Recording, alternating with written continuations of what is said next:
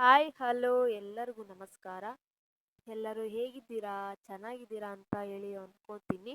ನನ್ನ ವಿಡಿಯೋ ಇಷ್ಟ ಆದರೆ ದಯವಿಟ್ಟು ಸಬ್ಸ್ಕ್ರೈಬ್ ಮಾಡ್ಕೊಳ್ಳಿ, ಲೈಕ್ ಮಾಡಿ, ನಿಮ್ಮ ಅನಿಸಿಕೆನ ಕಮೆಂಟ್ ಮಾಡಿ.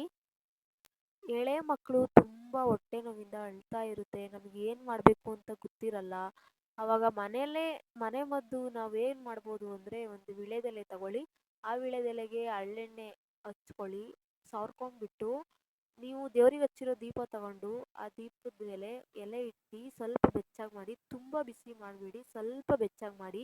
ಆ ಬೆಚ್ಚಗೆ ಮಾಡಿರೋ ಎಲೆನ ಮಗು ಹೊಟ್ಟೆ ಮೇಲೆ ಕಾವು ಕೊಡ್ತಾ ಬನ್ನಿ.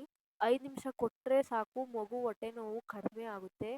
ಈ ಥರ ಕಾವು ಕೊಟ್ಟಾದ್ಮೇಲೆ ಕೊನೆಗೆ ವಿಳೆದೆಲೆ ಇನ್ನೊಂದ್ಸಲ ಬಿಸಿ ಮಾಡಿಬಿಟ್ಟು ಮಗು ಹೊಟ್ಟೆ ಮೇಲೆ ಇಟ್ಬಿಟ್ಟು ಹಾಗೇ ಬಿಡಿ. ಮಗು ಬಟ್ಟೆ ಮುಚ್ಚಿ ಹೊಟ್ಟೆ ಮೇಲೆ ಎಲೆ ಇಟ್ಬಿಟ್ಟು ಬಟ್ಟೆ ಮುಚ್ಚಿ ಆಮೇಲೆ ಆಮೇಲೆ ಮಗುಗೆ ದೀಪದಲ್ಲಿ 3 ಸಲ ಮೇಲಿಂದ ಕೆಳಗೆ ನೀವುಳಿಸಿ